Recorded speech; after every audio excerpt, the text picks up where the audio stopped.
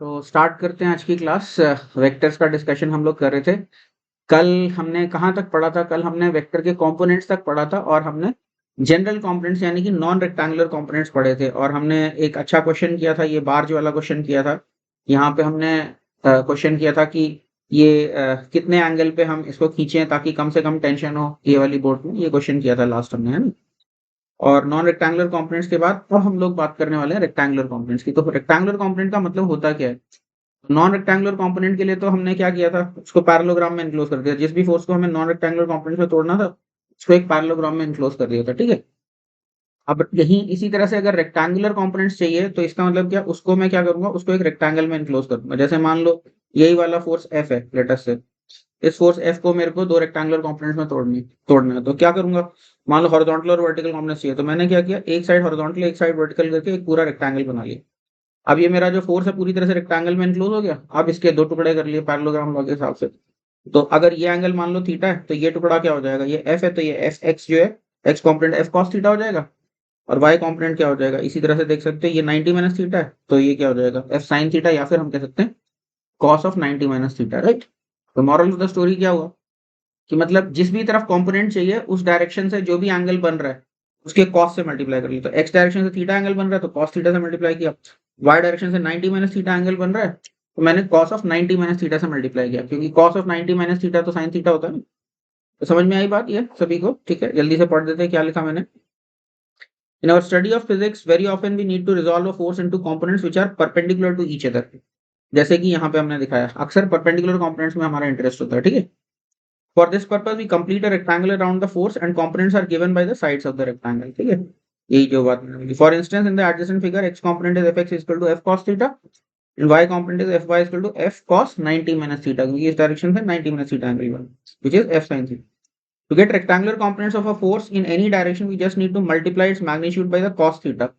किसी भी डायरेक्शन में कंपोनेंट चाहिए तो बस उस डायरेक्शन से जो भी एंगल बन रहा है उसके cos थीटा से मल्टीप्लाई कर लो, ठीक है। where theta is the angle between the force and that direction। तो समझ में आ गई होगी बात, कुछ डाउट है तो बोल दो।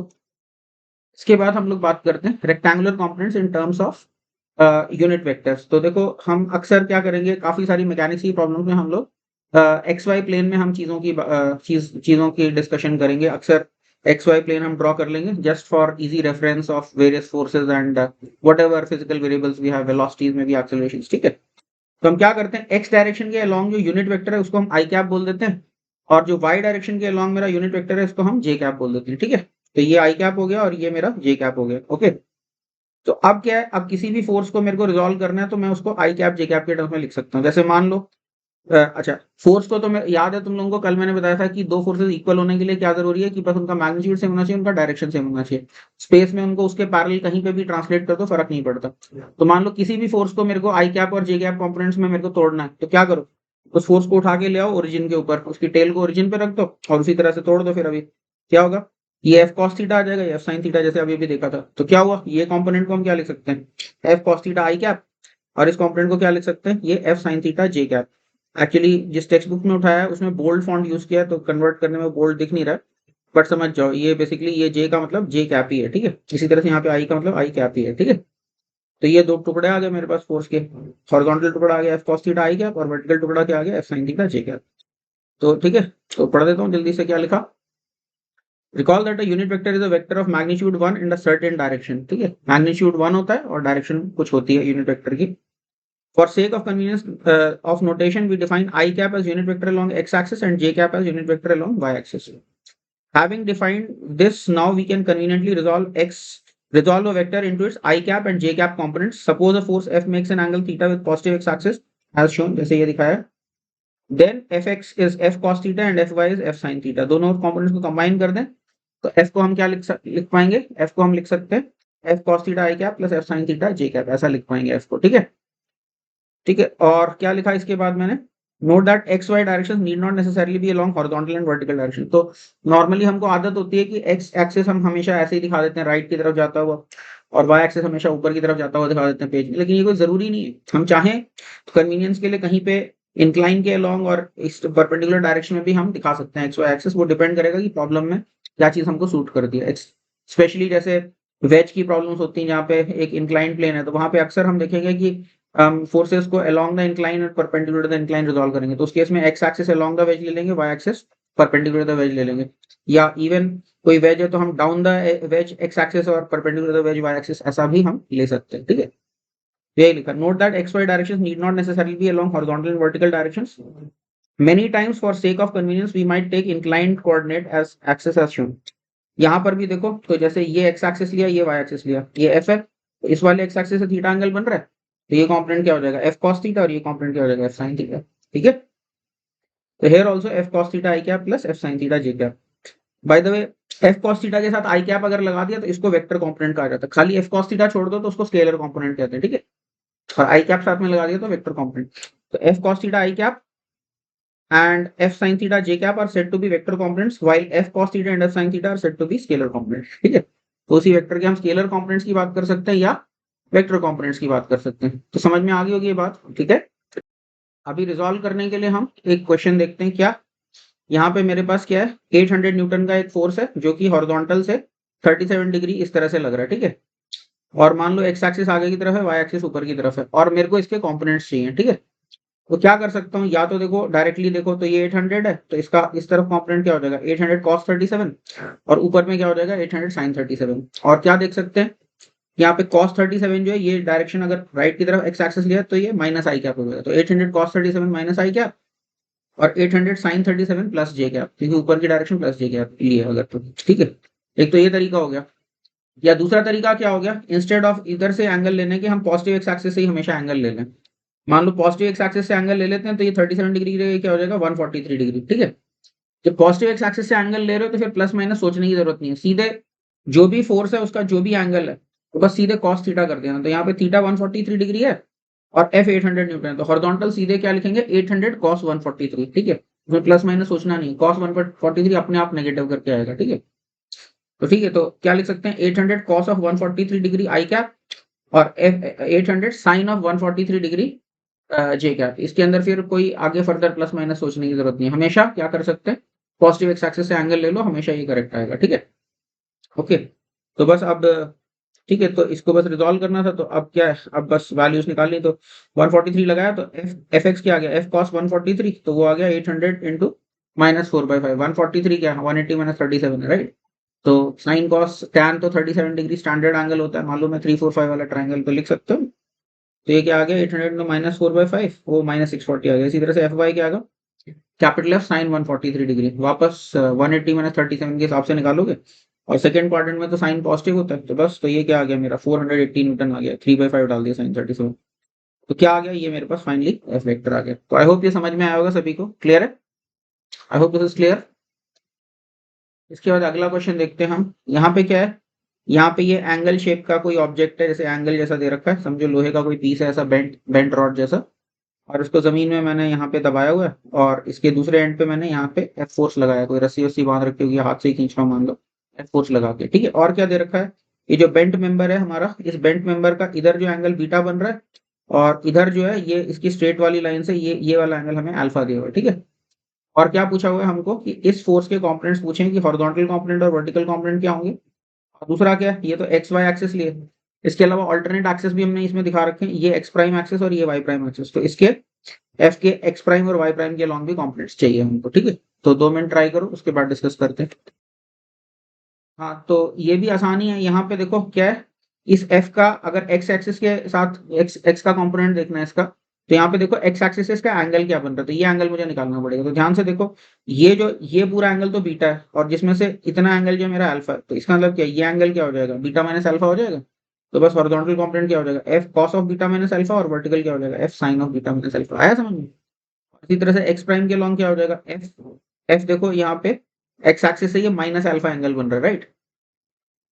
तो जब एक्स एक्सिस से एंगल देख लिया तो उसके बाद फिर ज्यादा प्लस माइनस में दिमाग नहीं लगाना, हमेशा जब पॉजिटिव एक्स से एंगल ले लिया तो बस cos थीटा आई कैप और sin थीटा जे कैप कर देंगे उसका। तो ये क्या हो जाएगा, यहाँ पे एक्स एक्सिस से minus alpha angle, minus alpha angle क्यों, देखो अगर एक्स एक्सिस यहाँ है, वाई एक्सिस यहाँ है, तो ये मेरा फर्स्ट क्वाड्रेंट हुआ, तो ये मेरा फोर्थ क्वाड्रेंट है, ठीक है। और ये तुम्हें पता है कि क्लॉकवाइज एंगल्स नेगेटिव मान जाती है, तो ये अल्फा जो है इनफैक्ट माइनस अल्फा, अगर प्रॉपर साइन कन्वेंशन देखें तो cos of minus alpha i cap और sine of minus alpha j cap हो जाएगा, ठीक है। तो बस तो वही लिख दिया हमने, ठीक है। क्या लिखा, विद लाइन ओ ए या फिर एक्स प्राइम के साथ, ये ओ ए लाइन ये है हमारी, ठीक है, इसके साथ या फिर एक्स प्राइम एक्सेस बोलें एंगल के फोर्स का माइनस अल्फा, तो माइनस अल्फा, तो दस एफ एक्स प्राइम क्या हो गया, F cos of minus alpha which is same as F cos alpha, और एफ वाई क्या हो जाएगा मेरा, F Y prime F sine of minus alpha which is minus F sine alpha. तो ये हम लोगों का हो गया ये कंप्लीट। ठीक है, तो आया समझ में, ये सभी को क्लियर हुआ। इसके बाद हम लोग बात करते हैं कि कार्टेशियन फॉर्म यानी कि आई कैप जे कैप करके अगर मेरे पास फोर्सेस लिखे हुए हैं तो उनके सम को हम कैसे एक्सप्रेस कर सकते हैं, उसको ऐड कैसे कर सकते हैं, वो आप देखते हैं। तो अभी यहाँ पे ध्यान से देखना, यहाँ पे मान लो ये मेरे पास कोई फोर्स है F1 और ये मेरे पास कोई है फोर्स F2, ठीक है।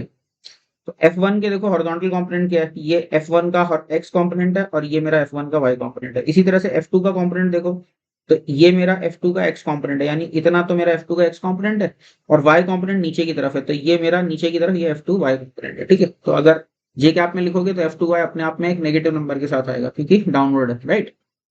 अब यहाँ पे देख सकते हो इस F1 और इस F2 का ट्रायंगल लॉ के हिसाब से रिजल्टेंट, तो ये r वेक्टर आया, ठीक है। और ये r वेक्टर के लिए देख सकते हो ये मेरा क्या हो जाएगा, सिंपली इसका x कंपोनेंट तो F1x प्लस F2x दिख रहा है साफ साफ, और y कंपोनेंट क्या हो जाएगा, ये मेरा यहाँ से यहाँ तक पूरा तो F1y है और इधर ये नेगेटिव नंबर और आएगा, ठीक है। तो F1y जे कैप और F2y माइनस जे कैप करोगे तो अपने आप ये माइनस साइन यानी F1y माइनस F2y अपने आप ये हो जाएगा, ठीक है। तो क्या दिख रहा है अलजेब्रिकली अगर हम देखें तो हॉरिजॉन्टल कंपोनेंट के लिए x वालों में x वालों को जोड़ दिया और y वालों को में y वाले जोड़ दिया अलजेब्रिकली, तो ये मेरे पास अपने आप ये आ गया, ठीक है।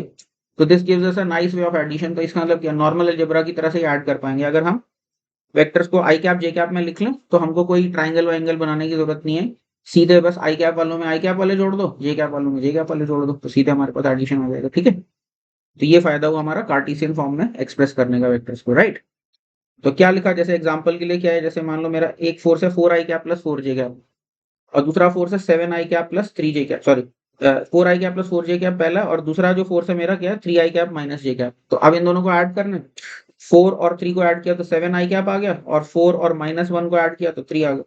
क्या आ गया रिजल्टेंट मेरा, 7 i cap and plus 3 j cap, ये मेरा रिजल्टेंट आ गया, ठीक है। समझ में आया ये सभी को, क्लियर, ओके। अभी अगला क्वेश्चन देखते हैं। तो यहाँ पे ध्यान से देखो हो क्या रहा है यहाँ पे। तो ये समझो कि ये मेरा कोई ब्रैकेट है, ठीक है, और ये ब्रैकेट है, इसको दीवार से यहाँ पे जोड़ा हुआ है, यहाँ कोई धागा है जिससे इस ब्रैकेट को संभाला हुआ है, ठीक है। ये वैसे इन सबका फोर्स अपने क्वेश्चन में कोई रिलेवेंस नहीं है, अपना क्वेश्चन वैसे सिंपल सा ही है।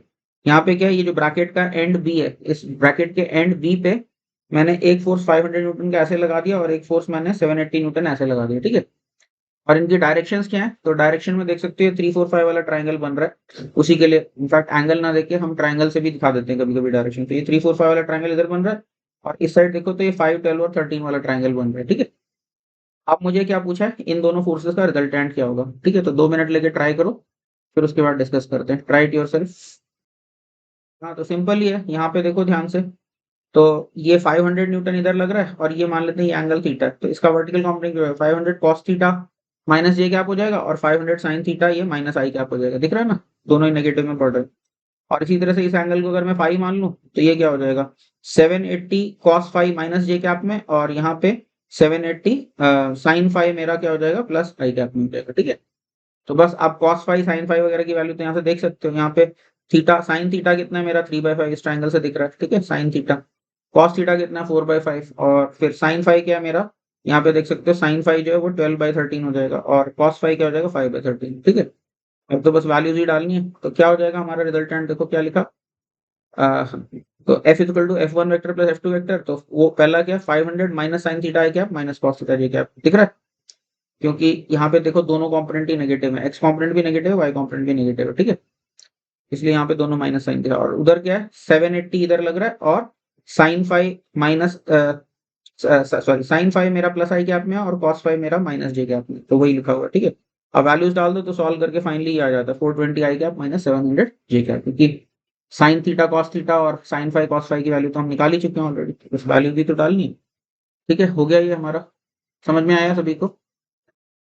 इसके बाद हम लोग बात करते हैं polar form of a vector. तो पोलर फॉर्म ऑफ वेक्टर से मतलब क्या होता है, देखो वेक्टर अगर मेरे को दिखाना है तो या तो मैं उसको दिखा दूं कि इसका हॉरिजॉन्टल कंपोनेंट इतना है, वर्टिकल कंपोनेंट इतना है, तो आई कैप जे कैप में एक्सप्रेस कर सकती हूँ। और नहीं तो ऐसे भी तो बता सकता हूँ मैं कि एक्स एक्सिस से इतने एंगल पे और इतना बड़ा, तो वो भी एक तरीका होगा। ठीक है, तो क्या मतलब एक्स एक्सिस से थीटा में स्पेसिफाई कर दूं और लेंथ को मैं आर बोल दूं, तो आर कॉमा थीटा भी करके मैं उस पॉइंट को प्रिसाइजली बता सकता हूँ वो कहाँ पे है। ठीक है, वेक्टर की प्रिसाइजली लेंथ और एंगल से भी मैं उसको स्पेसिफाई कर सकता हूँ। ठीक है, तो इस जब लेंथ और एंगल से स्पेसिफाई करते हैं तो उस तरह के एक्सप्रेशन को हम क्या कह देते हैं, पोलर फॉर्म में हमने वेक्टर लिखा हुआ है। ठीक है, क्या लिखा, in a previous section we saw that how to resolve a vector into components along x and y axis and hence express the vector in the form a is equal to ax I cap plus ay j cap। इस form में हमने सीखा express करना। ठीक है, Alternatively, a vector could also be uniquely specified by specifying its angle from x-axis। मैं क्या कर सकता हूँ, x-axis से एंगल भी बता के मैं इस वेक्टर को स्पेसिफाई कर सकता हूँ। ठीक है, मैं चाहूँ तो ऐसे भी कर सकता हूँ। ओके, ठीक है, मान लेते हैं ये एंगल थीटा है and its magnitude, X axis से एंगल और magnitude. So we could write then vector shorthand में ए वेक्टर को क्या लिख सकता था, ए एंगल थीटा। जब भी ऐसे लिखता हूँ तो इसका मतलब क्या, उसकी लेंथ तो मेरी ए है और उसका एंगल जो है वो मेरा थीटा है। आई बात समझ में? ठीक है, so this is known as polar form of expressing the vector। To convert a vector into Cartesian to from Cartesian to polar form हम क्या कर सकते हैं, इस फिगर से हम देख सकते हैं कि इसका मैग्नीट्यूड क्या होगा। तो ये ax है, ये ay है, तो इसकी लेंथ तो क्या हो जाएगी, under root of ax square plus ay square. ये तो लेंथ हो गई इसकी। ठीक है, और उसके अलावा tan थीटा क्या हो जाएगा, tan theta ay upon ax हो जाएगा। ठीक है, तो a ये आ गया और tan थीटा क्या आ गया, ay अपॉन ax। ठीक है, अब क्या है, अब प्रॉब्लम क्या है, खाली tan थीटा निकाल के हमारा काम नहीं चलेगा। क्यों, थीटा निकालने के लिए सीधे tan inverse of ay by x नहीं लिख सकते। क्यों, क्योंकि हमें पता है कि tan थीटा तो फर्स्ट क्वाड्रेंट और थर्ड क्वाड्रेंट में सेम वैल्यूज रिपीट करता है, इज इट नॉट? तो हमें कैसे पता चलेगा, अगर मान लो पॉजिटिव वैल्यू का tan इनवर्स कर रहे हैं तो हमें पता है वो -90 से +90 के बीच में एंगल आएगा। लेकिन हमारा वेक्टर तो थर्ड या फोर्थ क्वाड्रेंट, सॉरी सेकंड या थर्ड क्वाड्रेंट में भी हो सकता है, तो वो तो tan इनवर्स से आएगा नहीं। तो अभी क्या है, उसको करने के लिए करना क्या पड़ेगा, तो देखो tan इनवर्स के अंदर जैसे फर्स्ट क्वाड्रेंट का 180 डिग्री अपोजिट थर्ड क्वाड्रेंट होता है, ऐसे सेकंड क्वाड्रेंट फोर्थ क्वाड्रेंट का 180 डिग्री अपोजिट मेरा सेकंड क्वाड्रेंट होता है। तो क्या करना पड़ेगा, अब सेकंड और थर्ड क्वाड्रेंट में मुझे पता है कि वेक्टर का हॉरिजॉन्टल कंपोनेंट नेगेटिव होगा। तो इसका मतलब क्या है, अगर मेरा आई कोएफिशिएंट नेगेटिव है तो मुझे क्या करना पड़ेगा, tan इनवर्स करके 180 डिग्री और उसको बढ़ाना पड़ेगा ताकि अपोजिट क्वाड्रेंट वाला है। ठीक है, तो क्या लिखा, now recall that principal range of tan inverse is from -90 degree to +90 degree and a given value of tan theta could also imply an angle in second or third quadrant as well। This happens when ax is negative। तो इससे हमारे पास क्या आ गया, rule formula theta निकालने का। तो theta क्या हो जाएगा, tan inverse ay by ax हो जाएगा अगर तो मेरा ax पॉजिटिव है, ax पॉजिटिव यानी फर्स्ट या फोर्थ क्वाड्रेंट, और 180 degree plus tan inverse ay by ax आ जाएगा अगर मेरा ax नेगेटिव है। ठीक है, तो आई होप ये समझ में आ गई होगी बात कि किस तरह से हम पोलर सॉरी कार्टेशियन फॉर्म से हम कैसे पोलर फॉर्म में कन्वर्ट कर सकते हैं। ठीक, क्लियर हो गया? इसमें कुछ डिस्कशन है तो ये बोल सकते हो। अभी एक सिंपल सा एग्जांपल देखते हैं कार्टेशियन से पोलर फॉर्म में कन्वर्ट करने के लिए। क्या है हमारा question, convert the following vectors from Cartesian form to polar form. तो पहला है 3i cap plus 4j cap, दूसरा है -3i cap plus 4j cap, तीसरा है 3i cap minus 4j cap और चौथा है -3i cap minus 4j cap. इन सारे वेक्टर्स को मुझे कार्टेशियन फॉर्म से पोलर फॉर्म में कन्वर्ट करना है। ठीक है, तो कैसे कर सकते हो, तो देखो एक चीज मैग्नीट्यूड निकालना है और उसके बाद डायरेक्शन निकालनी है। 1 मिनट लेके कर ही लो इसको, फिर डिस्कस करते हैं। हाँ, तो सिंपल ही है। तो मैग्नीट्यूड तो देखो सभी का 5 5 5 5 दिख रहा है ना, 3 स्क्वायर प्लस 4 स्क्वायर का अंडर रूट, तो सभी का मैग्नीट्यूड तो 5 ही है। अब tan थीटा की बात आती है तो वो देख लेते हैं। तो यहाँ पे देखो मेरा आई क्वेश्चन तो पॉजिटिव है और ये 4 है और ये 3 है, तो पहले तो tan इनवर्स 4/3 हो जाएगा और tan इनवर्स 4/3 सबको अभी रट गया होना चाहिए, वो कितना होता है 53 डिग्री। तो क्या आ गया ये 5 एंगल 53 डिग्री। दूसरे वाले में देखो, दूसरे वाले में tan थीटा मेरा आ रहा है -4/3 और आई कोएफिशिएंट आ रहा है नेगेटिव।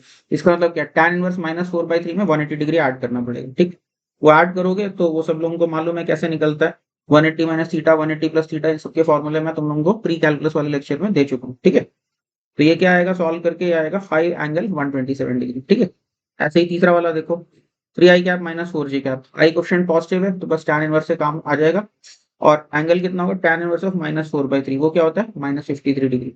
तो बस 5 एंगल -53 डिग्री आ गया।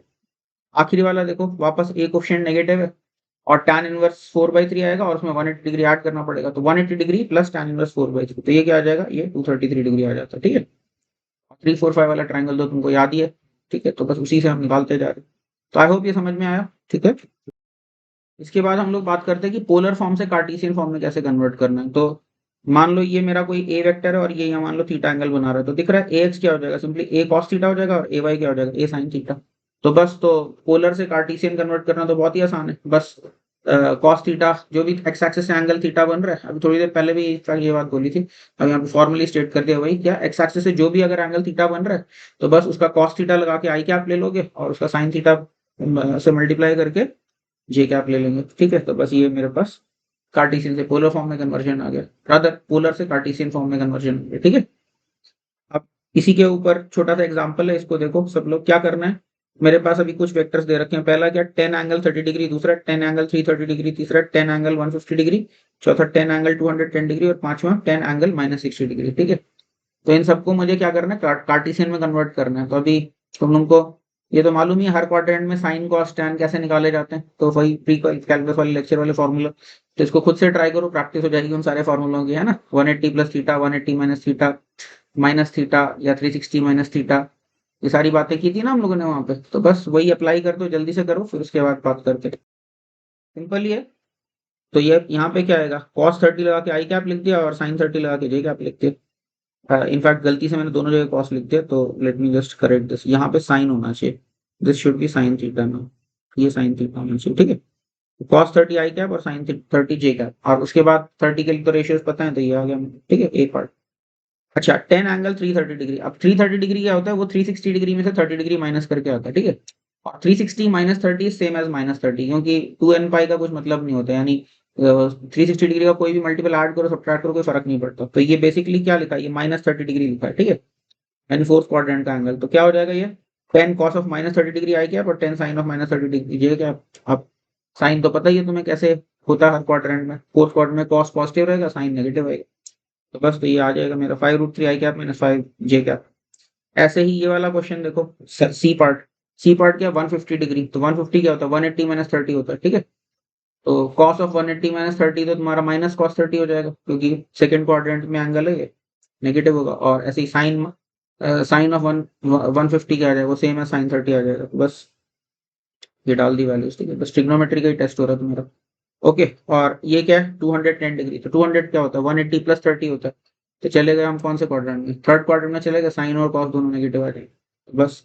और 30 के हिसाब से लगा दिया, ठीक है, तो ये आ गया दोनों नेगेटिव, समझ गए।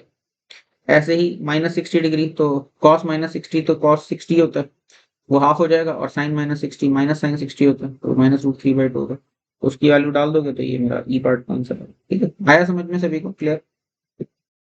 इसके बाद हम लोग बात करते हैं वेक्टर्स इन 3 डायमेंशंस। तो देखो एक्स वाई तो एक प्लेन होता है, is it not. X axis बना लो, वाई एक्सिस बना लो, तो इससे एक प्लेन डिफाइन हो जाता है। तो आप जरूरी थोड़ी ना कि फोर्सेस सारे एक प्लेन के अंदर ही लगे, हो सकता है 3 डायमेंशन में लगे, एक फोर्स इधर लग गया एक्स वाई प्लेन से बाहर, एक उस तरफ लग गया। इसका मतलब क्या, एक्स वाई में खाली हम बात करेंगे तो हमारा काम बनेगा नहीं, 3 डायमेंशन फोर्सेस को हम रिप्रेजेंट नहीं कर पाएंगे।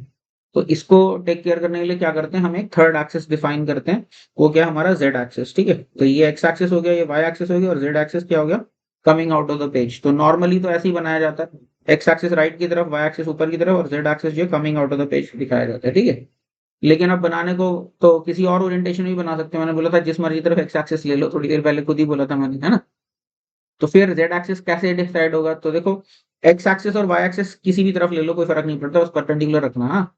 और एक बार एक्स एक्सिस और वाई एक्सिस तुमने डिफाइन कर लिया तो जेड अपने आप डिफाइन हो जाएगा। क्या करो, एक्स एक्सिस से वाई एक्सिस की तरफ अपने हाथ की फिंगर्स को कर्ल करो, ठीक है। यानी एक्स और वाई के इंटरसेक्शन ओरिजिन है, ओरिजिन पे पाम रख के अपना लिटिल फिंगर को एक्स एक्सिस के अलोंग अलाइन करो और कर्ल करो फिंगर्स अपनी एक्स से वाई की तरफ। तो थंब किसी तरफ पॉइंट करेगा, तो जिस तरफ थंब पॉइंट कर रहा है वही मेरा जेड एक्सिस है, ठीक है।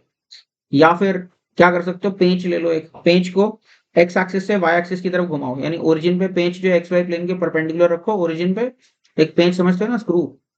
तो स्क्रू को ओरिजिन पे इस प्लेन के परपेंडिकुलर रखो स्क्रू को, और एक्स एक्सिस से वाई एक्सिस की तरफ घुमाओ इसको। तो जब एक्स एक्सिस से वाई एक्सिस की तरफ घुमाओगे तो तुम देख सकते हैं पेंच जो है पेज से बाहर आ रहा है। फर्क नहीं पड़ता इस पेंच की हेड जो है अपनी साइड रखो या पीछे की साइड से इसको एक्स से वाई की तरफ घुमाओ। पीछे की साइड से करोगे तो ये टाइट होके बाहर की तरफ निकल रहा होगा, और आगे की तरफ रखोगे इसको तो लूज होके बाहर की तरफ निकल रहा होगा। इन एनी केस जब एक्स एक्सिस से वाई एक्सिस की तरफ घुमाओगे तो जिस तरफ चल रहा है वो पेंच वो जेड एक्सिस ही होगा, ठीक है। बस परपेंडिकुलर रखना है एक्स वाई प्लेन पे, ओके। समझ में आया ना जेड एक्सिस कैसे डिफाइन होगा। अब जेड एक्सिस डिफाइन हो गया तो अब क्या है, हम वेक्टर के 3 कंपोनेंट्स की बात कर सकते हैं, X component, Y component, Z component. तो जल्दी से पढ़ते हैं क्या लिखा मैंने।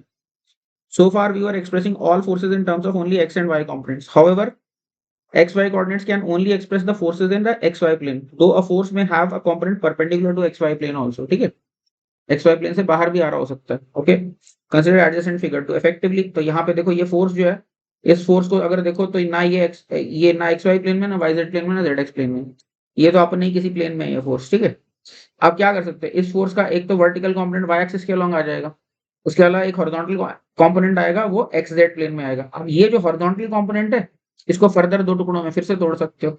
जो xz प्लेन में आया तो इसका ये x कंपोनेंट हो जाएगा और ये z कंपोनेंट कुछ हो जाएगा। ठीक है, परपेंडिकुलर डाल के इसको फर्दर हम तोड़ सकते हैं, तो फिर मेरे तीनों कंपोनेंट आ जाएंगे। ठीक है, तो क्या लिखा, हाँ तो क्या लिखा, force may have a component perpendicular to xy plane as well, consider the adjacent figure.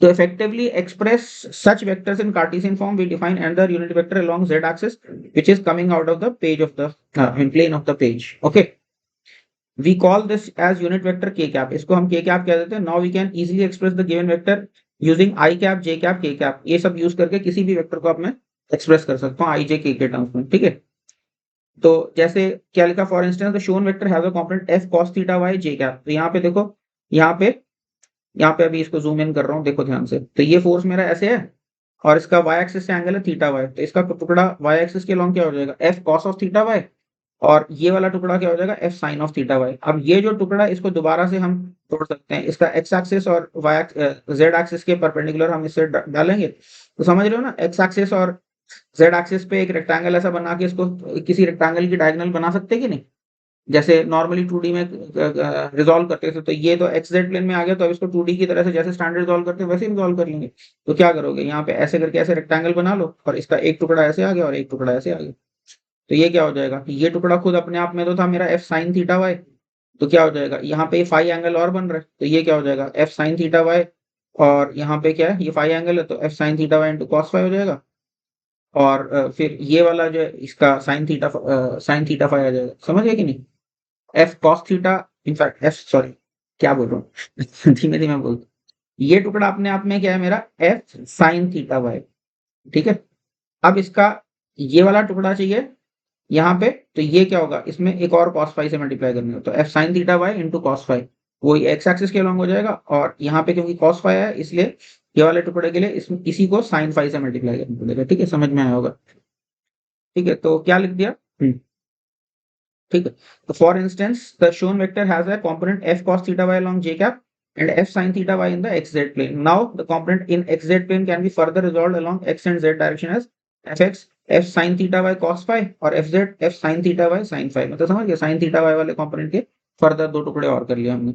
Thus now f is f sin theta y cos phi I cap, f cos theta y j cap and f sin theta y sin phi k cap, ये मेरा पूरा force express हो गया। ठीक है, अब मैं क्या कर सकता हूँ, अभी एक चीज वेरीफाई कर सकता हूँ, अगर इसके स्क्वायर, इसका स्क्वायर और इसका स्क्वायर में ऐड करता हूँ तो देखो क्या आएगा, क्या लिखा, ये मेरा क्लेम क्या है, ये वापस एफ ही आ जाएगा। तो कैसे देख सकते हैं, तो देखो पहले एक्स कंपोनेंट और जेड कंपोनेंट के स्क्वायर को ऐड करते हैं, तो क्या आएगा इन दोनों में, देखो साइन थीटा वाई तो कॉमन ही आ रहा है, तो क्या करोगे, F square sine square theta Y common ले लो और अंदर क्या बचेगा, यहाँ से कॉस स्क्वायर फाई आया, यहाँ पे साइन स्क्वायर फाई आया, तो cos square phi plus sine square phi क्या होता है, वो तो 1 होता है, तो यानी क्या आ गया, एक्स कंपोनेंट का स्क्वायर और प्लस जेड कंपोनेंट का स्क्वायर, ये तो मेरा आ गया F square sine square theta Y. ठीक है, अब इसके अंदर मैं क्या करता हूँ, वाई कंपोनेंट का स्क्वायर और ऐड करता हूँ, तो वाई कंपोनेंट मेरा क्या था, वो था मेरा एफ कॉस थीटा वाई, तो वो क्या है, F square cos square theta Y और आ गया। अब इसमें sine square theta Y plus cos square theta Y दिख रहा है, ये फिर से 1 होगा, ये तो एफ स्क्वायर ही आया। इसके अंदर फोर्स का मैग्नीट्यूड क्या हो जाएगा, वो हो जाएगा under root of F X square plus F Y square plus F Z square.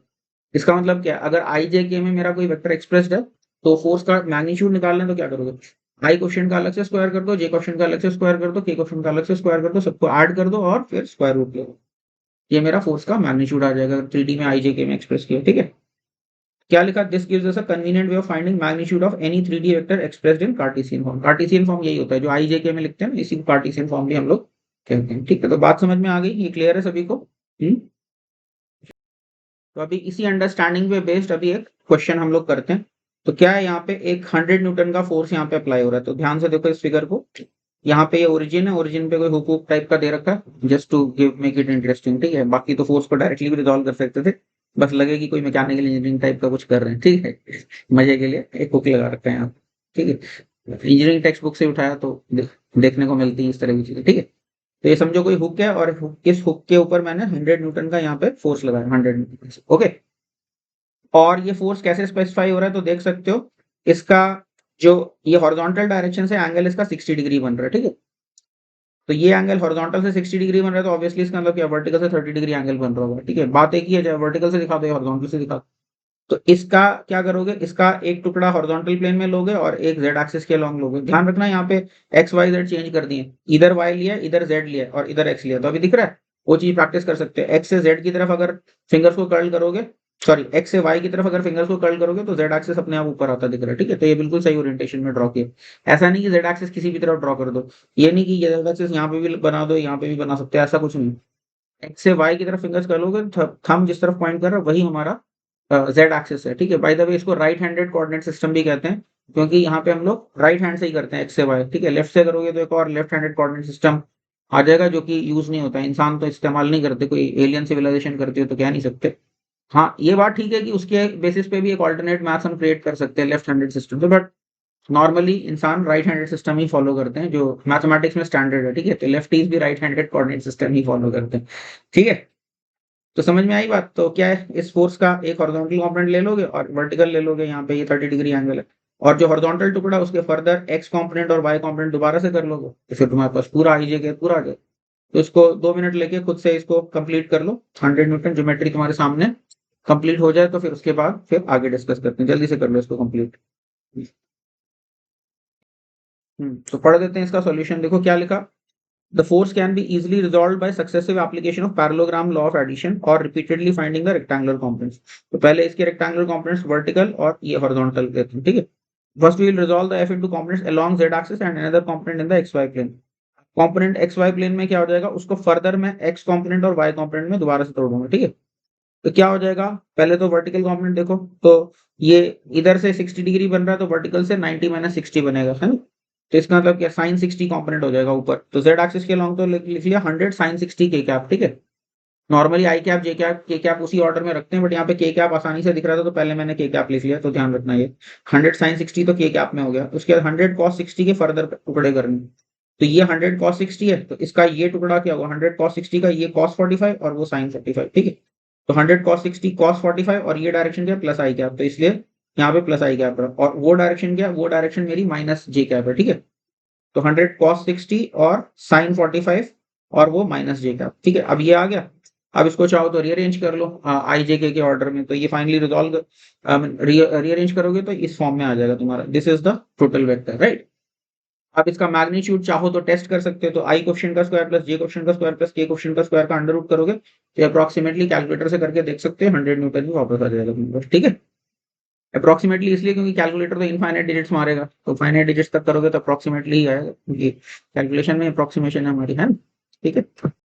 इसके बाद हम लोग बात करते हैं visualising 3D components as sides of a cuboid. तो जैसे 2D कंपोनेंट्स थे उसको साइड्स ऑफ अ रेक्टेंगल की तरह विजुअलाइज करते थे, तो यहाँ पे अभी 3D में अगर कंपोनेंट्स ले रहे हो तो इसको हम ऐसे सोच सकते हैं कि जैसे उस वेक्टर को मैंने किसी क्यूबॉइड में बंद कर दिया और उस क्यूबॉइड की साइड्स वही इसके कंपोनेंट्स हैं। कैसे देख सकते हैं, तो यहाँ पे देखो, जैसे ये कोई वेक्टर है मेरा, ये ए वेक्टर है, तो ए वेक्टर को सोच सकते हो पॉलीगन लॉ ऑफ एडिशन से, ये वेक्टर प्लस ये वेक्टर प्लस ये वेक्टर स्पेस में यही वेक्टर बन जाएगा ना, क्योंकि पॉलीगन लॉ ऑफ एडिशन क्या कहता है, कई वेक्टर्स को ऐसे head to tail head to tail head to tail जोड़ रखा, तो फर्स्ट पोजीशन फर्स्ट वेक्टर से फर्स्ट वेक्टर की टेल से लास्ट वेक्टर के हेड तक ये मेरा रिजल्टेंट वेक्टर हो गया, समझ गया कि नहीं। अब ये क्या है, ये तो क्यूबॉइड की साइड्स ही है ना ये तीन, तो ये हमारे कंपोनेंट्स आ गए थे क्यूबॉइड की तीन साइड्स हैं। समझ में आई बात कि नहीं। क्या लिखा, just as in 2D plane for purpose of resolving we enclose the vector in a rectangle, similarly for a 3D vector we can imagine enclosing the vector in a cuboid, okay। For instance, consider the adjacent figure here, ax, ay and az are simply sides of the cuboid whose body diagonal is vector a। तो ठीक है ना, तो ये मेरा ax है, ये मेरा ay है और ये मेरा az है, और ये क्या है, इसी क्यूबॉइड के साइड्स हैं, ठीक है, जिसके अंदर हमने एजेस हैं बेसिकली, जिसमें हमने इसको इसके बॉडी डायगोनल के लॉन्ग इस वेक्टर को एनक्लोज किया हुआ, ठीक है। ओके, समझ में आई बात कि नहीं। बाय द वे, जैसे ओरिजिन से यहाँ तक पहुंचना है तो ये फर्क नहीं पड़ता कि पहले एक्स एक्सिस के लॉन्ग चलो पहले वाई एक्सिस के चलो लॉन्ग चलो या जेड के, क्योंकि तुम्हें पता है वेक्टर एडिशन में फर्क तो पड़ता ही नहीं, किसी भी ऑर्डर में ऐड करो। तो अब जैसे यहाँ से यहाँ पहुंचना है तो तुम चाहो तो पहले जेड एक्सिस के लॉन्ग चले जाओ, फिर वाई एक्सिस के लॉन्ग चले जाओ, फिर एक्स एक्सिस के लॉन्ग चले जाओ। तुम चाहो तो अदर वे राउंड भी कर सकते हो, क्या करो, पहले वाई एक्सिस के लॉन्ग चले जाओ, उसके बाद फिर जेड एक्सिस के लॉन्ग चले जाओ, उसके बाद फिर यहाँ पे आ जाओ, ठीक है। या एक और भी काम कर सकते हो, पहले एक्स एक्सिस के अलोंग चले आओ, उसके बाद फिर वाई एक्सिस के अलोंग चले जाओ, फिर उसके बाद जेड एक्सिस के, किसी भी ऑर्डर में चल सकते हो, ठीक है, फर्क नहीं पड़ता इसको। इनफैक्ट परम्यूटेशन कॉम्बिनेशन पढ़ोगे तो तुम्हें पता चलेगा 3 फैक्टोरियल वेज है उधर से इधर पहुंचने में, ठीक है, समझ में आई बात? तो ठीक है, तो इससे भी समझ में आ रहा है कि ये वेक्टर क्या हो जाएगा, ये ए एक्स स्क्वायर प्लस ए वाई स्क्वायर प्लस ए जेड स्क्वायर का अंडर रूट हो जाएगा, या फिर ए स्क्वायर स्क्वायर टू लिख सकते हैं ए एक्स स्क्वायर प्लस ए वाई स्क्वायर प्लस ए जेड स्क्वायर। समझ में आई बात? इसके बाद हम लोग बात करते हैं direction cosines of a vector. तो direction cosines of a vector क्या, अभी ध्यान से सुनो, ये बहुत इंपॉर्टेंट बात है, कई जगह पे हमारे काम आएगी।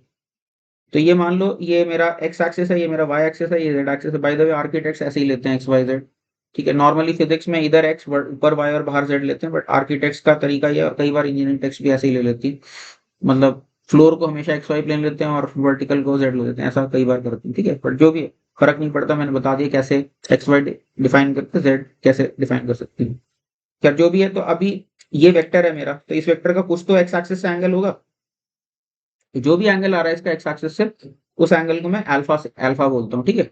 ऐसे ही वाई एक्सिस से इसका कुछ भी एंगल आ रहा है उसको मैं बीटा बोलता हूँ। इसी तरह से जेड एक्सिस से कुछ एंगल आ रहा होगा उसको मैं गामा बोलता हूँ। तो अल्फा बीटा गामा अगर डिफाइन हो गए तो आप इनके cos alpha cos beta cos gamma भी डिफाइन कर सकते हैं। तो जो cos alpha cos beta cos gamma होते हैं उनको हम क्या कह देते हैं, डायरेक्शन कोसाइंस कह देते हैं, ठीक है। तो क्या लिखा, cosines of angles made by vector with X Y and Z axis are called direction cosines, ठीक है। Consider the adjacent figure here. X, Y and Z direction cosines are simply cos alpha, cos beta and cos gamma. अच्छा, एक बात ध्यान रखना कि 3D में जब विजुलाइज कर रहे हो तो 3D में जो एंगल जितना दिख रहा है उतना बड़ा वो एंगल है नहीं, ठीक है। कुछ और एंगल हो सकता है, उससे बड़ा भी दिख सकता है, उससे छोटा भी दिख सकता है। अब जैसे यहाँ पे देखो, तुमको ऐसा लग रहा है कि ये एक्स एक्सिस से इस वेक्टर का एंगल देखने में लग रहा है जैसे ये ऑब्ट्यूज जैसा दिख रहा है, अच्छा खासा ऑब्ट्यूज एंगल दिख रहा है। बट एक्चुअली 3D स्पेस में अगर तुम देखो तो ये बाहर निकल रहा है, और ये हो सकता है एक्यूट एंगल ही हो, ये ऑब्ट्यूज एंगल नहीं होगा, इनफैक्ट एक्यूट एंगल होगा, लेकिन देखने में ऑब्ट्यूज लग रहा है। तो फॉर दैट मैटर अगर यहाँ पे देखो ये वाई एक्सिस है, ये जेड एक्सिस है तुम्हारा, और एक्स एक्सिस का एंगल कितना दिख रहा है, ये करीब मेरे को 135 डिग्री दिख रहा है, बट 135 थोड़ी ना, ये तो प्रोजेक्शन ऐसे देख रहे हैं। जब भी 3D फिगर की 2D प्रोजेक्शन बनाते हो तो तुमको जो एक्चुअल एंगल होता है उससे अलग एंगल नजर आ रहा होता है। तो ये देखने से 135 लिख रहा है, बट हमें पता है ये एक्चुअली 90 डिग्री एंगल है, ठीक है। या फिर फॉर दैट मैटर एक बड़ा कॉमन सा एग्जांपल देखो, क्यूब जब बनाते हो तो क्यूब कैसे बना देते हो तुम, क्यूब ऐसे करके ऐसे बना देते हो, ऐसे करके ऐसे क्यूब बना देते हो, है ना, ऐसा क्यूब बना देते हो कि नहीं। तो यहाँ पे क्यूब में तो तुमको क्या दिख रहा है, ये तीनों एंगल तो 120 दिख रहे हैं, इज इट नॉट? तो ये है 90 डिग्री, लेकिन देखने से तो ये 120 दिख रहे हैं कि नहीं तीनों। इसका मतलब क्या, 3D फिगर का जब भी 2D प्रोजेक्शन बनाते हो तो जो एक्चुअल एंगल है वो नहीं दिखता। तो be very careful while visualising 3D figures. जो एंगल दिख रहा है वो है नहीं, ठीक है, और जो है वो दिख नहीं रहा है, ठीक है। जो दिखता है वो होता नहीं है, जो होता है वो दिखता नहीं है, मतलब ठीक है, दिख जाएगा, थोड़ा मन की आंखों से देखना पड़ेगा, 3D में विजुअलाइज अच्छे से करना पड़ेगा, ठीक है। तो समझ में आई बात? ओके। अब डायरेक्शन को साइंस का कोफिशिएंट से क्या रिलेशन होगा वो अभी हम लोग देखते हैं, ठीक है। तो समझो मेरे को कॉस अल्फा निकालना है। कॉस अल्फा की डेफिनेशन क्या थी, तुम्हारा एक्स एक्सिस से जो एंगल बन रहा है उसका कोसाइन। तो अभी यहाँ पे ध्यान से देखो, तो क्या किया, ये मेरा पी वेक्टर है, ठीक है, और इससे मैंने क्या किया, एक्स एक्सिस के ऊपर परपेंडिकुलर डाल दिया, ठीक है। तो ये मेरा ए एक्स है, अभी दिख रहा है, ये परपेंडिकुलर ड्रॉ किया, ये एंगल 90 डिग्री है, बट दिख नहीं रहा तुम्हें 90 डिग्री। समझ में आई बात की नहीं? ये एंगल है 90 डिग्री, ठीक है। इनफैक्ट यहाँ पे अगर तुम ये एक्स एक्स एक्सिस के परपेंडिकुलर कोई सर्कुलर डिस्क बना लो तो ये सारे के सारे जो भी सर्कुलर डिस्क के रेडियस होंगे सारे परपेंडिकुलर है, इज इट नॉट? तब यहाँ पे जो डिस्क बना रहे हो उसी प्लेन में तो ये पूरा फ्रंट फेस भी है। तो इसका मतलब क्या, फ्रंट फेस के अंदर कोई भी लाइन आएगी इस पे जोड़ेगी तो वो क्या होगा, वो एक्स एक्सिस के परपेंडिकुलर ही होगी, इज इट नॉट? भले ही वो दिख ना रही हो। ये दिख रहा है जैसे एक्यूट एंगल है, बट ये एक्यूट एंगल नहीं है, ये 3D प्रोजेक्शन की वजह से एक्यूट एंगल जैसा दिख रहा है, बट एक्चुअली ये एंगल 90 डिग्री है। ये 90 डिग्री है, तो इसका मतलब क्या है, ये जो वेक्टर है खुद ये इसका हाइपोटेन्यूज है, ये हाइपोटेन्यूज है और ये बेस है। तो इसका मतलब क्या हो जाएगा, कॉस अल्फा क्या हो जाएगा, कॉस अल्फा हो जाएगा बेस डिवाइडेड बाय हाइपोटेन्यूज, ठीक है। तो कितना आ जाएगा वो, ए एक्स डिवाइडेड बाय ए, वो वेक्टर तो ए ही है, तो कॉस अल्फा क्या आ गया, ए एक्स अपॉन ए। समझ में आई बात कि नहीं? ठीक है। इसी तरह से कॉस बीटा क्या आ जाएगा, ए वाई अपॉन ए, और कॉस गामा क्या आ जाएगा, ए जेड अपॉन। तो यहाँ पे देख सकते हो ऐसे ही, यहाँ पे जैसे वाई एक्सिस पे देख लो, अभी पी से परपेंडिकुलर मारी मैंने इसके ऊपर, ठीक है, वाई एक्सिस पे परपेंडिकुलर डाल, यहाँ पे भी देख सकते हो। अगर वाई एक्सिस के परपेंडिकुलर मैं कोई सर्कल बनाऊंगा, बाय द वे सर्कल भी देखने में एलिप्स जैसा लग रहा है, बट फील आ रही होगी, ठीक है? तो यहाँ पे अगर कोई भी मैं सर्कल बनाऊंगा तो इस सर्कल के अंदर कोई भी रेडियस ड्रॉ करूंगा वो सारे के सारे वाई एक्सिस के परपेंडिकुलर ही होंगे। तो ये ऑब्वियसली इसका मतलब क्या, ये तो कोप्लेनर है ना, ये सर्कल इस वाले फेस के साथ कोप्लेनर ही है। तो अभी इस सर्कल का ये वाला रेडियस अगर वाई एक्सिस के परपेंडिकुलर है तो इसी का एक्सटेंशन ही तो है ये, तो ये भी वाई एक्सिस के परपेंडिकुलर है, ठीक है। तो यहाँ से ये मैंने वाई एक्सिस की परपेंडिकुलर डाली। अब वापस ये एंगल 90 डिग्री, और देखने में कैसा लग रहा है? देखने में देखो जैसे ऐसा लग रहा है 80 डिग्री का एंगल है, 70 डिग्री का एंगल है, ठीक है। अब वापस इसमें भी देख सकते हो, ये मेरा 90 डिग्री एंगल है, और ये मेरा क्या है? ये मेरा हाइपोटेन्यूज है, और ये मेरा बेस है, तो ए वाई अपॉन ए, ये मेरा कॉस बीटा आ गया। इसी तरह से जेड एक्सिस के अलॉन्ग भी देख सकते हो। तो क्या किया, यहाँ से जेड एक्सिस पे परपेंडिकुलर मारी हमने, तो ये एंगल 90 डिग्री है। वापस दिख नहीं रहा लेकिन है 90 डिग्री, देखने में एक्यूट लग रहा है। तो ये भी यहाँ पे 90 डिग्री एंगल है, और ये हो सकता है एक्यूट एंगल ऑब्ट्यूज भी दिख सकता है तुमको, ठीक है, क्योंकि एंगल्स का तो कुछ भी हो जाता है 3D प्रोजेक्शन में, ठीक है। समझ में आई बात? तो मोटी मोटी बात क्या याद रखनी, कॉस अल्फा मेरा क्या है, ए एक्स बाई ए, जैसे मैंने अभी प्रूफ किया यहाँ पे, cos beta a y by, और cos gamma a z by a, ये मेरे डायरेक्शन को साइंस आ गए, ठीक है। अच्छा, अब किसी भी डायरेक्शन में मेरे को, यानी किसी भी वेक्टर का अगर यूनिट वेक्टर चाहिए तो कैसे निकलता है यूनिट वेक्टर, ये कल की क्लास में देखा था। क्या करोगे, उसके वेक्टर को उसी के मैग्नीट्यूड से डिवाइड करोगे तो यूनिट वेक्टर आ जाएगा, राइट। तो जैसे अगर मान लो ये, सॉरी, वेक्टर को उसके मैग्नीट्यूड से डिवाइड करना है, तो ये ए वेक्टर को अगर ए से मैं डिवाइड कर दूंगा तो मेरे पास उसका यूनिट वेक्टर आ जाएगा। तो यहाँ पे देखो, वेक्टर तो मेरा ए एक्स आई क्या प्लस ए वाई जे क्या प्लस ए जेड क्या, इसको ए से डिवाइड कर दिया, वेक्टर ए से, ए एक्स अपॉन ए क्या हो जाएगा, तो कॉस अल्फा हो जाएगा, ए वाई अपॉन ए क्या हो जाएगा, कॉस बीटा, और ए जेड अपॉन ए क्या हो जाएगा, कॉस गामा। इसका मतलब क्या होगा, कॉस अल्फा आई क्या प्लस कॉस बीटा जे क्या प्लस कॉस गामा के क्या हो जाएगा, ये मेरा यूनिट वेक्टर हो जाएगा गिवन वेक्टर के अलावा, ठीक है। तो ये सिग्निफिकेंस हुई डायरेक्शन को साइंस की हमारी, ओके। तो इसका मतलब क्या, वेक्टर के अलॉन्ग यूनिट वेक्टर है सिंपली कॉस अल्फा आई क्या प्लस कॉस बीटा जी क्या प्लस कॉस गामा की क्या। और यहाँ पे ये भी देख सकते हो कि इन सारी डायरेक्शन को साइंस के स्क्वायर का सम 1 होता है। तो cos square alpha plus cos square beta plus cos square gamma की वैल्यू 1 होती है। ये इंपॉर्टेंट फैक्ट है, इसकी हमको जरूरत पड़ेगी। जैसे हम बाद में देखेंगे क्यूब का मोमेंट ऑफ इनर्शिया निकालेंगे जैसे रोटेशनल मैकेनिक्स में, तो हम देखेंगे कि सेंट्रॉइड से किसी भी डायरेक्शन में अगर हम एक्सिस ले लें तो सबके about moment of inertia same आता है। वो क्यों आता है, उसके अंदर इसी फैक्ट का यूज होता है कि cos square alpha plus cos square beta plus cos square gamma हर वेक्टर के लिए 1 होता है। तो उसका यूज करके प्रूव करेंगे कि किसी भी यूनिफॉर्म क्यूब का सेंट्रॉइडल एक्सिस के about moment of inertia same होता है, ठीक है, हर डायरेक्शन में, ठीक है। अच्छा, ये तो वेरीफाई हो रहा है ना, cos square alpha plus cos square beta plus cos square, क्यों? क्योंकि अगर स्क्वायर करोगे तो ए एक्स स्क्वायर प्लस ए वाई स्क्वायर प्लस ए जेड स्क्वायर, ये तो ए स्क्वायर ही हो जाएगा, और नीचे भी ए स्क्वायर है तो डिवाइड करोगे 1 ही आएगा, ठीक है। अब यहाँ पे ये भी सोच सकते हो कि what will be the value of sine square alpha plus sine square beta plus sine square gamma. तो क्या होगा, साइन स्क्वायर अल्फा को 1 minus cos square alpha, sine square beta को 1 माइनस कॉस स्क्वायर बीटा, और ऐसे ही इसको 1 minus cos square gamma लिखोगे तो क्या आ जाएगा, 3 माइनस 1, वो क्या आ जाएगा, वो 2 आ जाएगा, ठीक है। तो sine square alpha plus sine square beta plus sine square gamma क्या आ गया हम लोगों का, ये 2 आ गया, ठीक है। तो आई होप ये बात सभी को समझ में आई होगी। एक बार ढंग से देख लो, समझ लो, दिमाग में बिठा लो, 3D फिगर अच्छे से विजुलाइज कर लो, फिर उसके बाद आगे बात करते हैं। इसके बाद हम लोग बात करते हैं पोजीशन वेक्टर की। तो पोजीशन वेक्टर क्या होता है, तो एक्स वाई जेड एक्सिस मान लो मैंने ड्रॉ कर लिया, अभी स्पेस के अंदर कोई पॉइंट है, ओरिजिन से स्पेस के पॉइंट को जोड़ने वाले वेक्टर को ही हम पोजीशन वेक्टर कहते हैं। तो जैसे यहाँ पे देखो दिखा रखा है, ये कोई पार्टिकल पी है, ये ओरिजिन है, तो ओरिजिन से पी को जोड़ने वाला ये आर वेक्टर, ठीक है। टेक्स्ट बुक से लिया था वो, उसमें बोल्ड फॉन्ट यूज किया, यहाँ पे इतना अच्छे से दिख नहीं रहा, बट ये समझ जाओ ये सारे वेक्टर साइंस मिसिंग है, लेकिन ये है वेक्टर साइंस, क्योंकि वो टेक्स्ट बुक बोल्ड वाला एग्जाम्पल यूज करती है, ठीक है। समझ गए? तो ये मेरा पोजीशन वेक्टर क्या हो गया, ओरिजिन से उस पार्टिकल को जोड़ने वाला वेक्टर, वो मेरा पोजीशन वेक्टर है, ठीक है। अब जैसे यहाँ पे देखो, तो यहाँ पे इसका पोजीशन वेक्टर क्या है, देखो ये कंपोनेंट x है, ये कंपोनेंट मेरा ये y है, देखो इतना, ये मेरा y है, ये मेरा x है, और ये मेरा z है। तो ये क्या हो जाएगा, यहाँ तक जाने के लिए देखो x एक्सिस के पैरेलल x यूनिट जाना पड़ेगा, y एक्सिस के पैरेलल मुझे, जैसे सॉरी y एक्सिस यहाँ पे, y एक्सिस के पैरेलल यहाँ पे गए y यूनिट्स, और z एक्सिस के पैरेलल। तो पॉलीगॉन लॉ ऑफ एडिशन से ये क्या होगा, एक्स आई क्या प्लस वाई जे क्या प्लस जेड के क्या होगा, ठीक है। और यही जो इसके क्वेश्चन होते हैं एक्स वाई जेड के, इसी को हम कोऑर्डिनेट्स कहते हैं। कोऑर्डिनेट्स यही है कि एक्स एक्सिस के पैरेलल कितना चलना पड़ेगा, वाई के पैरेलल कितना चलना पड़ेगा, और जेड के पैरेलल कितना चलना पड़ेगा, ताकि हम इस पार्टिकल तक पहुंच सके। आई बात समझ में, पोजीशन वेक्टर, ठीक है। तो अब जैसे यहाँ पे देखो एग्जाम्पल है, अच्छा बाय द वे, अगर पैरेलल चलते हो तो प्लस आई कैप लिखोगे, एक्स के पैरेलल चल रहे हो तो प्लस आई कैप, और उसके अगेंस्ट चल रहे हो तो माइनस आई कैप लिखना पड़ेगा, ठीक है। अब जैसे यहाँ पे ये एग्जाम्पल है, ये पॉइंट ए का हमें पूछा पोजीशन वेक्टर कितना होगा, ठीक है। देखो पोजीशन, तो ए तक पहुंचने के लिए हम क्या कर सकते हैं, तो यहाँ पे देखो एक्स एक्सिस के पैरेलल ये 4 मीटर चलते हैं, तो 4 तो आई कैप में हो गया, ठीक है।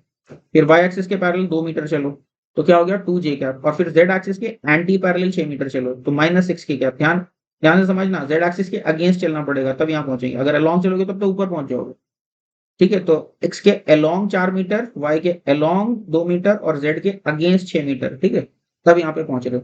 तो ये क्या हो गया हमारा वेक्टर, तो ये हो जाएगा हमारा इस केस में अपने केस में क्या आ जाएगा, ये आ जाएगा 4i cap plus 2j cap minus 6k cap. ये करके दोबारा से देख सकते हो, ठीक है। तो समझ गए कि नहीं?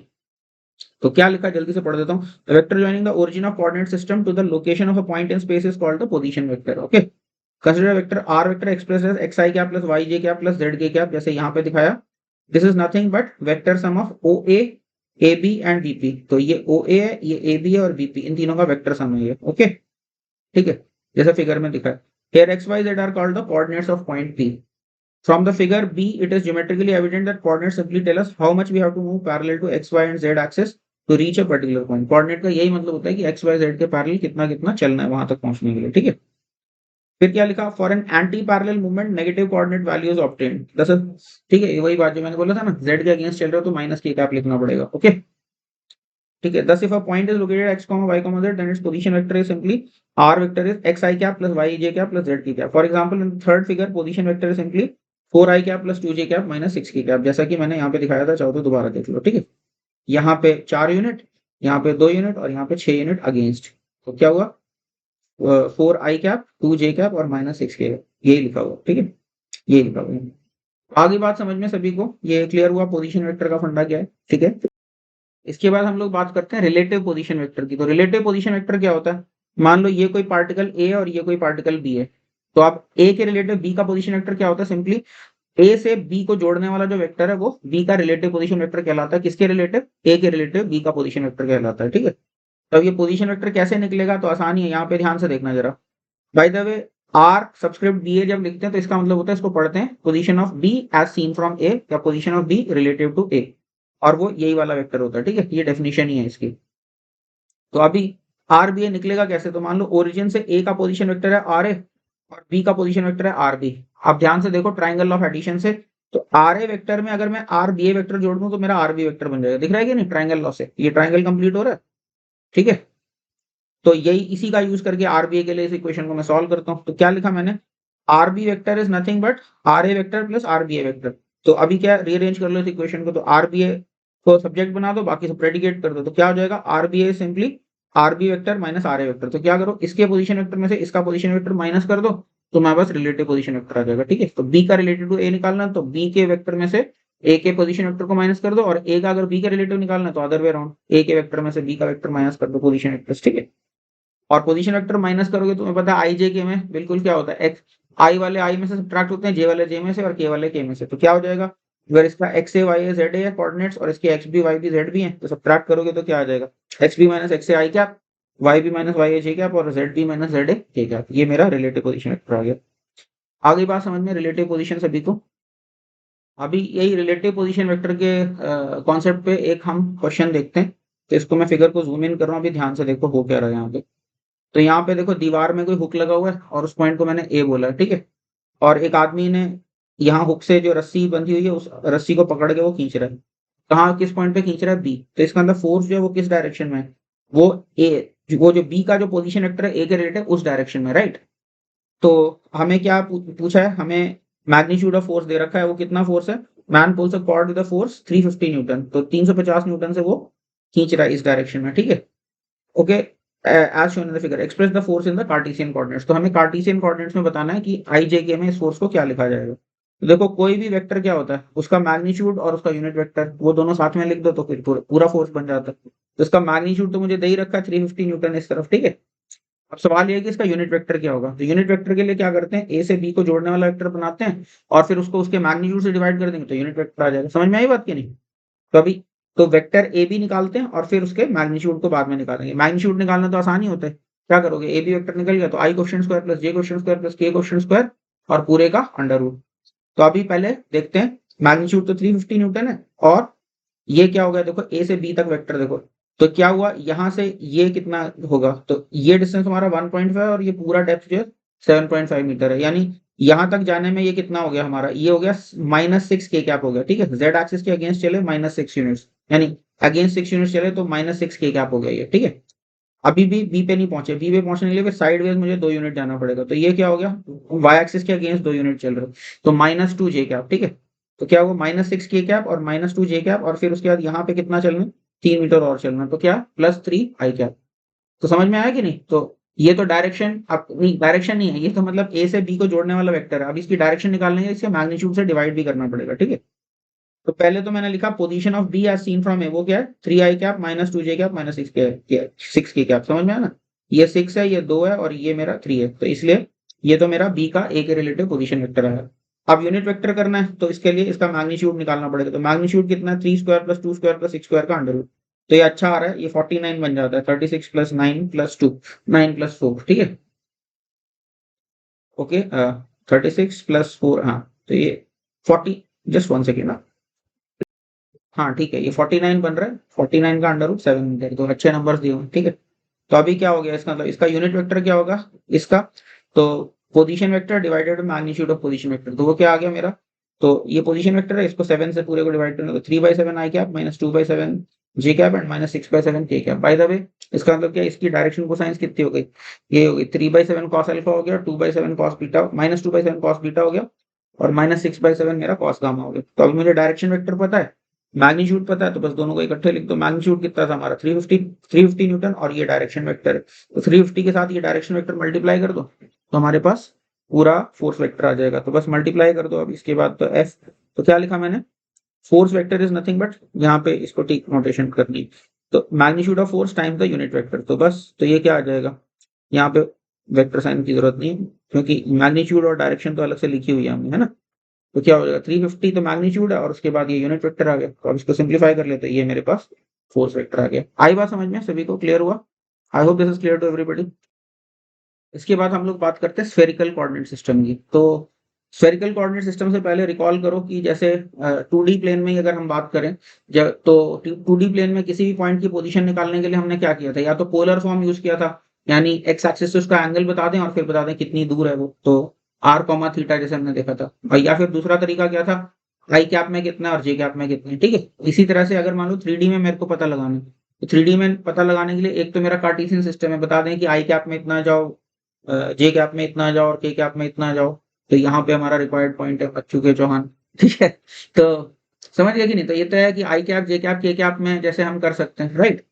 और अदरवाइज दूसरा तरीका क्या हो सकता है हम लोगों का, हम चाहें तो उसको एंगल्स के टर्म्स में भी एक्सप्रेस कर सकते हैं। जैसे सब लोगों ने ग्लोब तो देखा ना, ग्लोब में किसी भी पॉइंट को हम कैसे पता लगाते हैं, उसका लैटिट्यूड और लॉन्गिट्यूड स्पेसिफाई करते हैं, तो लैटिट्यूड लॉन्गिट्यूड तो एंगल्स ही होते हैं ना, और उसमें डिस्टेंस तो देने की जरूरत इसलिए नहीं होती कि अर्थ के सरफेस पे ही होगा, ठीक है।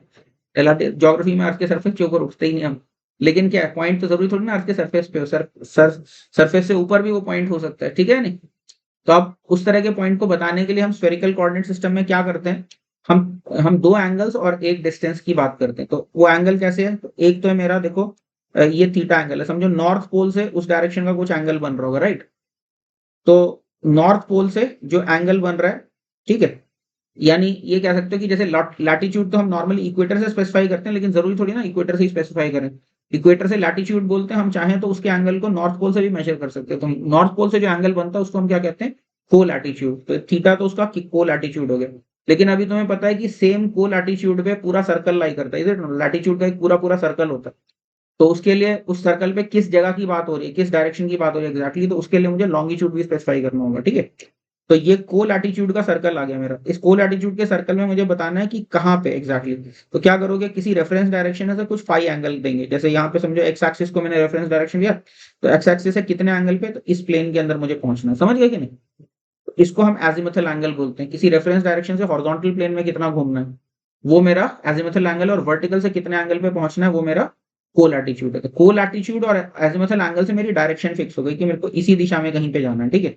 बट इस दिशा में तो इतना भी छोटा हो सकता है, और बड़ा हो सकता है, और बड़ा हो सकता है, और पूरा मिल्की वे से बाहर भी जा सकते हैं इस डायरेक्शन में।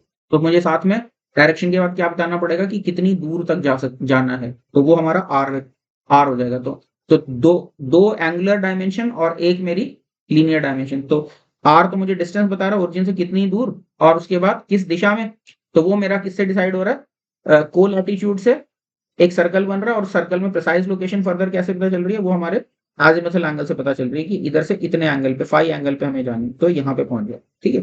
तो यही हमारा स्फेरिकल कोऑर्डिनेट सिस्टम है, समझ गए। और इसमें भी हम यूनिट वेक्टर्स की भी बात करते हैं। यूनिट वेक्टर्स जैसे होता है, तो इस लैटिट्यूड सर्कल जो बना या को लैटिट्यूड सर्कल बना, इसकी टैंजेंट को हम फाई कैप बोल देते हैं, या ई फाई लिखा हुआ है यहाँ पे जिस सोर्स से मैंने लिया, इसको हम चाहें तो फाई कैप भी लिख सकते हैं, एजिमुथल यूनिट वेक्टर, ठीक है। ऐसे रेडियस की डायरेक्शन में जाएंगे तो इसको हम ई कैप आर लिख सकते हैं, फिर आर कैप भी लिख सकते हैं, तो रेडियल यूनिट वेक्टर हो जाएगा। इसी तरह से हम टैंजेंशियल यूनिट वेक्टर लिख सकते हैं, तो को लैटिट्यूड का सर्कल जैसे यानी लॉन्गिट्यूड का जो सर्कल है इसकी टैंजेंट जब ड्रॉ करोगे तो इसको हम थीटा कैप लिख सकते हैं। ठीक है, ठीक है। ऑब्वियसली ये फिक्स यूनिट वेक्टर्स नहीं होंगे, जैसे जैसे स्फीयर पे अलग अलग जगह जाओगे तो अलग अलग ये यूनिट वेक्टर्स की डायरेक्शन चेंज होती रहेगी। ठीक है, तो समझ में आया ना, ये हमारा स्फेरिकल कोऑर्डिनेट सिस्टम हो गया। तो क्या लिखा, जल्दी से पढ़ते हैं। To specify position of a coordinate in space, 3 numerical values are required. ठीक है, in the Cartesian coordinate system all three values were distance, however we could also specify the position using one distance and two angles r theta phi, जैसे कि मैंने ये भी बताया। मतलब समझ में आ रहा है ना, जैसे मान लो मेरे को कुछ चीज शूट करनी है, लेट अस से वहां पे मेरे को एसी पे शूट करना है, तो अभी मैं इस तरफ पॉइंट कर रहा हूँ, तो पहले मैं क्या करूंगा, पहले तो मैं अपना एजिमुथल एंगल सेट करूंगा, तो अभी एसी की तरफ पॉइंट नहीं कर रहा हूँ मैं, यहाँ से मैं घुमा के एसी की तरफ चला गया, यानी समझो जैसे कैनन है, तो कैनन से कहीं पे शूट करना है, तो पहले तो कैनन मेरी हॉरिजॉन्टल प्लेन में मैं उसको घुमाऊंगा, तो हॉरिजॉन्टल प्लेन में जितना एंगल घुमा रहे हो ये हमारा एजिमुथल एंगल है, यानी लॉन्गिट्यूड सेट कर दिया हमने। उसके बाद फिर क्या हमें देखना है कि वो है किस दिशा में, तो अब इसका लैटिट्यूड सेट करें या को लैटिट्यूड हमको सेट करें, तो अब मैं क्या उस दिशा में पॉइंट कर रहा हूँ। ठीक है, मान लो कोई एरोप्लेन को मार गिराना, तो पहले मैंने एजिमुथल एंगल सेट किया, उसके बाद मैंने लैटिट्यूड या क्या को लैटिट्यूड सेट कर लिया, अब मैं उस प्लेन की तरफ देख रहा हूँ। अब लेकिन प्लेन की तरफ देख रहा हूँ तो थोड़ी ना शूट हो जाएगा, मेरे को पता लगाना पड़ेगा कितनी दूरी पे हो प्लेन, तो फिर वो आर डिस्टेंस में पता लगाना पड़ेगा। तो एसेंशियली यही मेरा स्फेरिकल कोऑर्डिनेट सिस्टम है। ठीक है, आर थीटा फाइव। तो क्या है हमारे पास, को लैटिट्यूड, ठीक है, एंगल को ऑल्टीट्यूड गलती से लिख दिया, तो शुड बी को लैटिट्यूड, एक्चुअली को लैटिट्यूड होना चाहिए। ठीक है, थोड़ा सा वर्ड्स आगे पीछे हो गए मेरे, को लैटिट्यूड होते रहते हैं हाथ से, को latitude. Okay, measured from north pole, तो जनरली फिजिक्स में ज्योग्राफी वाले इक्वेटर से मेजर करते हैं लैटिट्यूड, लैटिट्यूड तो होता ही इक्वेटर से ही है, लेकिन फिजिक्स वाले प्रेफर क्या करते हैं, नॉर्थ पोल से जनरली प्रेफर करते हैं फिजिक्स की टेक्स्ट जो है। ठीक है, जेड एक्सिस से। Okay, okay, north pole. ठीक है, और फिर इसका इक्वेटोरियल प्लेन में जो एंगल है, जो लॉन्गिट्यूड है, वो मेरा क्या कहलाता है, अजीमुथल एंगल, इसको अजीमुथल एंगल कहते हैं। डिस्टेंस फ्रॉम द ओरिजिन जो है वो मेरा आर, तो आर थीटा फाइव से पॉइंट जो प्रिसाइजली लोकेट हो गया। ठीक है, spherical coordinates are often convenient for analysis in astrophysics, generally astronomy में अक्सर स्फेरिकल कोऑर्डिनेट्स में काम करना आसान होता है, क्योंकि यूनिवर्स देखने से हमें स्फेरिकल जैसा दिखता है कुछ कुछ। ठीक है, as well as atomic physics में भी जैसे श्रोडिंगर के ऑर्बिटल वगैरह फिगर आउट करोगे तो कहाँ पे कितनी प्रोबेबिलिटी है, नोडल प्लेन्स क्या है, ये सब चीजें केमिस्ट्री में बहुत जल्दी शायद तुम लोग पढ़ोगे, तो उसमें भी हम लोग पोलर कोऑर्डिनेट्स प्रेफर करते हैं, आर थीटा फाइव में काम करते हैं। ठीक है, इलेक्ट्रॉन क्लाउड की जैसे ज्योमेट्री फिगर आउट करते हैं। Also it can be convenient in robotics for analysis and design of certain types of robots, तो रोबोट्स में रोबोट्स की आर्म को कितना इधर घुमाना है, कितना ऊपर ले जाना है, कितनी दूर ले जाना है, तो अगर स्पेशली उस टाइप का रोबोट है जहाँ बॉल एंड सॉकेट टाइप के जॉइंट्स लगा रखे हैं, तो उसमें अक्सर एनालिसिस में पोलर कोऑर्डिनेट्स हेल्पफुल होंगे। ठीक है, हाँ, लेकिन अगर ऐसा बॉल सॉकेट जॉइंट की जगह स्लाइडर्स लगा रखे हैं एक्स वाई और जेड में, तो उस तरह से तो फिर उसमें कार्टेशियन कोऑर्डिनेट्स ज्यादा फायदेमंद होंगे। ठीक है, इजियर होंगे एनालिसिस के लिए। या फिर मिसाइल कैसे लॉन्च करनी है, बैलिस्टिक्स और मिसाइल्स, इस सब में मिलिट्री एप्लीकेशंस में भी स्फेरिकल कोऑर्डिनेट्स हमारा प्रैक्टिकली यूज कर सकते हैं, they will be convenient for use, right. तो ये हमारा हो गया स्फेरिकल कोऑर्डिनेट सिस्टम। ठीक है, इसके बाद हम लोग बात करते हैं सिलिंड्रिकल कोऑर्डिनेट सिस्टम की। तो सिलिंड्रिकल कोऑर्डिनेट सिस्टम क्या है, देखो, तो कार्टेशियन में तो 3 डिस्टेंसेज ही थे, स्फेरिकल में 1 डिस्टेंस और 2 एंगल्स थे, और जो सिलिंड्रिकल कोऑर्डिनेट सिस्टम होता है इसमें क्या होता है, 2 डिस्टेंसेज और 1 एंगल होता है। तो वो कैसे वर्क करता है, तो यहाँ पे देखो, जैसे मान लो मैं यहाँ पे अभी ये ओरिजिन मेरा यहाँ कहीं है, ये एक्स वाई और जेड एक्सिस जैसे मेरे बने हुए, और मुझे इस पॉइंट तक पहुंचना है, तो सबसे पहले मैं क्या करूंगा, सबसे पहले तो मैं एजिमुथल एंगल अलाइन करूंगा, एक्स एक्सिस से कितने एंगल पे पहुंचूंगा, तो इस पॉइंट के ठीक नीचे वाली डायरेक्शन में मैं पॉइंट कर रहा हूँ, राइट। तो सबसे पहले क्या किया मैंने, एजिमुथल एंगल सेट किया। ठीक है, अभी मैं उस पॉइंट की तरफ पॉइंट नहीं कर रहा, लेकिन उसके बेस की तरफ पॉइंट कर रहा हूँ, यानी उस पॉइंट की जो एक्स वाई प्लेन में प्रोजेक्शन आ रही है उसकी तरफ पॉइंट कर रहा हूँ। 5 एंगल घूम गया मैं, तो ओरिजिन से 5 एंगल घूम गया, तो उसकी तरफ मैं पॉइंट कर रहा हूँ। अब उसकी तरफ पॉइंट कर रहा हूँ, अब क्या करूंगा, मैं अपनी हाइट बढ़ाना शुरू करूंगा, यानी उसके फुट की तरफ पॉइंट कर रहा हूँ। तो अभी क्या, अब उसके बाद मैंने अपने जो शूट करने वाला हूँ उसको, तो मैं उसकी वर्टिकल हाइट बढ़ाते जा रहा हूँ, वर्टिकल हाइट बढ़ाते बढ़ाते मैं यहाँ पे आ गया, तो अब मैं क्या, अब इस पॉइंट की तरफ देख रहा हूँ। समझ में आई बात की नहीं, तो मैंने अपनी गन को ऐसे घुमाया, अभी मेरी कैनन इस तरह से, अब इस कैनन के जो बैरल है इसको मैं वर्टिकली बस रेज करते जा रहा हूँ, तो अब मेरी कैनन की बैरल इस तरफ देख रही है, लेकिन अभी भी शूट करने के लिए डिस्टेंस मुझे चाहिए, है ना, तो ये आर मुझे पता लगाना पड़ेगा। तो समझ गए, तो एक तो फाई यानी कितना एजिमुथल एंगल घूमना है, फिर कितना वर्टिकल राइज लेना है, और उसके बाद फिर कितनी दूर मेरे को शूट करना है। तो समझ गए, तो फाई हो गया, जेड हो गया, और ये आर हो गया, तो फाई आर और जेड में हम स्पेसिफाई कर सकते हैं। तो ये मेरा पॉइंट का कोऑर्डिनेट आ गया, समझ गया कि नहीं, ये पॉइंट क्या है बेसिकली, ये इस प्लेन का कह सकते हो, इस प्लेन का और इस प्लेन का इंटरसेक्शन पॉइंट है, इज इट नॉट? ये वाला प्लेन अगर हम देखें और ये वाला प्लेन देख लें, ठीक है, तो इनके इंटरसेक्शन पॉइंट पे हमारा ये 5 पड़ रहा है, समझ गए? क्लियर है? ठीक है, ओके। तो फटाफट पढ़ देता हूँ क्या लिखा है। An alternate way of specifying position of a point in space involves specifying one angular coordinate and two distances. For instance, consider the adjacent figure. Here coordinates of the point P, यहाँ पे ये point P, this one is supposed to be point P, P1 लिखा हुआ है, मतलब वो P है, ठीक है। ठीक है, point P1 are x P1 ये लिखा है यहाँ पे भी। Point P1 are express in terms of its azimuthal angle phi, radius r and altitude या फिर हाइट। अल्टीट्यूड भी कह सकते हैं, हाइट भी कह सकते हैं। अगर वर्टिकल डायरेक्शन को ले रखा है तुमने, ये z डायरेक्शन, तो इसको अल्टीट्यूड या हाइट दोनों कुछ भी बोल सकते हो, बट जरूरी नहीं कि सिलेंडर कोऑर्डिनेट में वर्टिकल में ही z हो, मतलब हॉरिजॉन्टल में भी हो सकता है, ठीक है। तो ऑल्टीट्यूड हो गया, और ठीक है, तो आर फाई जेड के टर्म्स में हमने कंप्लीटली स्पेसिफाई कर दिया उस पॉइंट पे। This also the intersection point of three surfaces shown in the figure. तो यहाँ पे ये तीन सर्फेसेस का इंटरसेक्शन पॉइंट है, ठीक है, समझ गए कि नहीं?